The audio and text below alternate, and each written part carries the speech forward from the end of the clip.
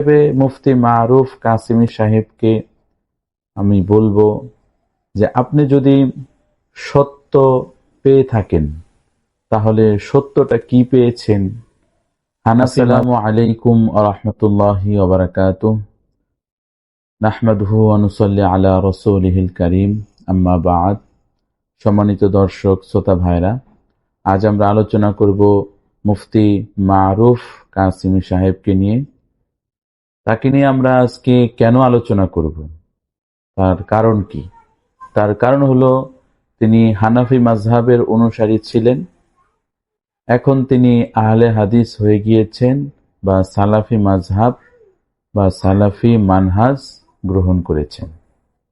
সম্মানিত দর্শক শ্রোতা ভাইরা, সত্য অন্বেষণ করা এটা মানুষের একটি নৈতিক স্বভাব, যে আমি সৎ পথে আছে কিনা, আমি ভালোদের সাথে আছি কিনা, এটা সবসময় গবেষণা রাখা ভালো, এটা সবসময় চিন্তায় রাখা ভালো। আর এটা যারা চিন্তা করে না যে আমি খারাপে আছি না ভালো দলে আছি, আচ্ছা যে দলে আছি থাকলেই হলো, আসলে এটা ঠিক নয়, এটা গোঁড়ামি। তো সেই হিসেবে মুফতি মারুফ কাসিমি সাহেবকে আমি বলবো যে আপনি যদি সত্য পেয়ে থাকেন তাহলে সত্যটা কি পেয়েছেন।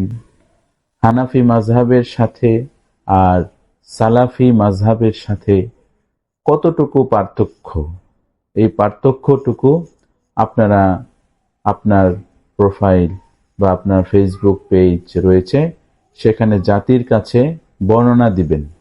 শুধু এই কথা বলবেন না যে হানাফি মাযহাবের লোকেরা, আলেমরা হিংসুক, তারা কোরআন হাদিস থেকে দূরে, তাই সালাফি মাযহাব বা আহলে হাদিস মাযহাব গ্রহণ করেছি। না, আপনার এটা কাজ নয়, কারণ আপনি একজন শিক্ষিত আলেম, মাযহাব সম্পর্কে আপনি বিশেষজ্ঞ, একজন মুফতি সাহেব। আপনি পৃথিবীর মধ্যে দ্বিতীয় দারুল আজহার যাকে বলে, দারুল উলুম দেওবন্দ, সেখান থেকে আপনি পড়ালেখা করেছেন। বাংলাদেশের সবচেয়ে বড় মাদ্রাসা হাটহাজারী মাদ্রাসায় আপনি পড়ালেখা করেছেন। সুতরাং আপনার এটা লাজিমি দায়িত্ব হলো যে হানাফি মাযহাবের সাথে আহলে হাদিস মাযহাবের সাথে কোরআন ও হাদিসের আলোকে কি কি পার্থক্য রয়েছে এ বিষয়ে আপনি আলোচনা করবেন। সম্মানিত দর্শক শ্রোতা ভাইরা, আলোচনা দীর্ঘ হয়ে যাচ্ছে। মানুষ এক দল থেকে আরেক দলে যাবে বা যায়, এটাই স্বাভাবিক। যাদের থেকে যায় তারা কষ্ট পায়, আর যাদের দলে যায় তারা খুশি হয়। সম্মানিত দর্শক শ্রোতা ভাইরা, আমাদের দেশ বাংলাদেশ খুবই গরিব দেশ। তো আমাদের কওমি মাদ্রাসায় দেখা যায় যে 7 বা নাহবে মীর, হেদায়েতুন নাহু, কাফিয়া পর্যন্ত পড়ার পর দরিদ্রতার কারণে হোক, যেভাবেই হোক, যে কোনো কারণেই হোক, মাদ্রাসায় আর পড়তে পারে না। তখন দেখা যায় যে সে বিদেশে প্রবাসের জীবনযাপন করার জন্য বিদেশে চলে যায়। সেখানে যাওয়ার পর সারাদিন কাজ টাজ করে বা বিভিন্ন ছুটির সময় বা বিভিন্ন অবসর সময় তারা এই দাওয়া সেন্টার, ইসলামিক যে দাওয়া সেন্টারগুলো রয়েছে সৌদি আরবে বা কুয়েতে, আরব রাষ্ট্রগুলোতে বা অন্যান্য রাষ্ট্রগুলোতেও আমাদের মুসলিম ভাইদের সহযোগিতায় বা প্রচেষ্টায় কিছু ইসলামিক সেন্টার তারা গড়ে তুলেছেন। সেখানে আমাদের এই ভাইরা নাহবে মীর পড়ুয়া, তারপরে অষ্টম শ্রেণী হেদায়েতুন নাহু, কাফিয়া, এই জামাতের পড়ুয়া ছাত্রগুলো যখন বিদেশে যায় তখন তারা অধিকাংশ আহলে হাদিস হয়ে যায়।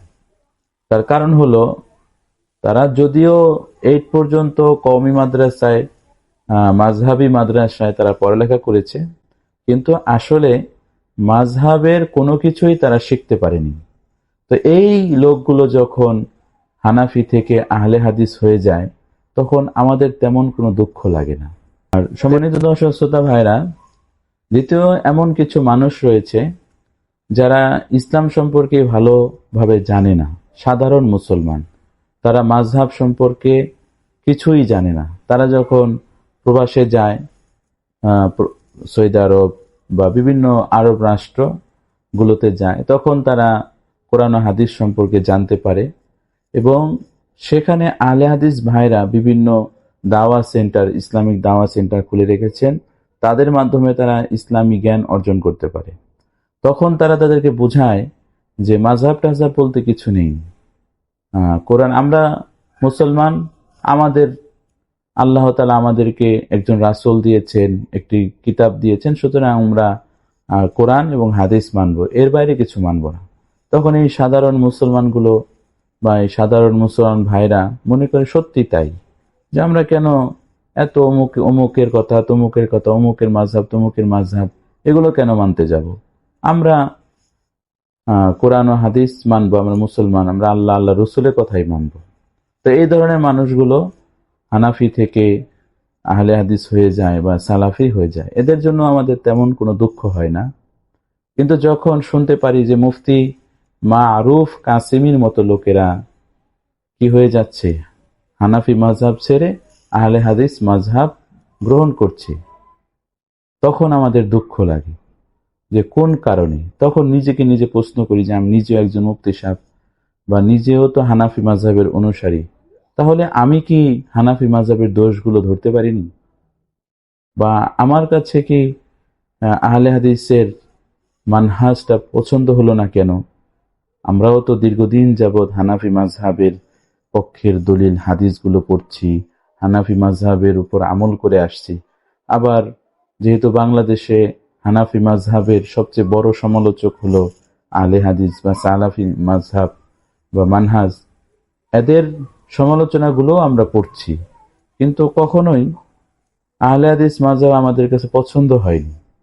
আহলে হাদিসদের কিছু কিছু মানহাজ বা কিছু কিছু ফতোয়া আমাদের কাছে বোকামি ফতোয়া মনে হয়েছে, বোকার মতামতের মতো মনে হয়েছে। সেখানে মুফতি মারুফ কাসিমি সাহেবের হঠাৎ করেই সালাফি মানহাজ বা আহলে হাদিস গ্রুপে চলে গেলেন, এটা সবচেয়ে দুঃখজনক। আসলে ওনার কাছে বা মুফতি মারুফ কাসিমি সাহেবের কাছে আমার আবেদন থাকবে যে আপনি এই হানাফি মাযহাবের লোকেরা কোরআন হাদিস থেকে দূরে থাকে, হানাফি মাযহাবের লোকেরা হিংসুক, হানাফি মাযহাবের লোকেরা পথভ্রষ্ট, এগুলো না বলে আপনার নৈতিক দায়িত্ব হবে যে হানাফি মাযহাবের কোন কোন আমল কোরআন ও হাদিসের বাইরে, যার পক্ষে নিম্নত একটু দুর্বল হাদিসও নেই, আর এরকম যে আমলগুলো রয়েছে বেছে বেছে আপনি আমাদেরকে দেখিয়ে দিবেন। তাহলে আমরা এটা নিয়ে গবেষণা করতে পারবো এবং আমরাও চেষ্টা করব আপনার মতো আপনার পথে হাঁটতে, আহলে হাদিস মাযহাব গ্রহণ করতে। আর দ্বিতীয় কথা যে আল্লাহ তাআলা আপনারা যে যেই পথেই থাকুন না কেন, আল্লাহ তাআলা যেন আমাদেরকে, যেহেতু আমরা এক আল্লাহ মানি, এক রসুল মানি, এক কিতাব মানি, এক হাদিস মানি, এই ক্ষেত্রে আমাদের মধ্যে যেন তাওহীদের যে প্রেমটা রয়েছে, তাওহীদের যে ঐক্য রয়েছে, এটা যেন থাকে। আমরা যেন কখনোই আমাদেরকে এমন একটা পর্যায়ে নিয়ে না আসি যে পর্যায়ে দেখে অন্য বিধর্মী লোকেরা আমাদেরকে নিয়ে হাসাহাসি করে। তো ভালো থাকবেন। মুফতি মারুফ কাসিমি এবং জনসাধারণ ভাইদেরকে উদ্দেশ্য করে বলবো যে আপনারা বিভ্রান্ত হবেন না। এগুলোর মধ্যে অনেক সময় মিডিয়ার কারসাজি থাকে বা অন্দরমহলেরও কারসাজি থাকতে পারে। সত্যকে মিথ্যাকে এটা হঠাৎ করেই সিদ্ধান্ত নেওয়া যায় না। এজন্য সাধারণ মানুষদেরকে বলবো আপনারা যে যেখানে আছেন স্থির থাকেন, ভালো থাকবেন। আসসালামু আলাইকুম ওয়া রাহমাতুল্লাহি ওয়া বারাকাতুহু।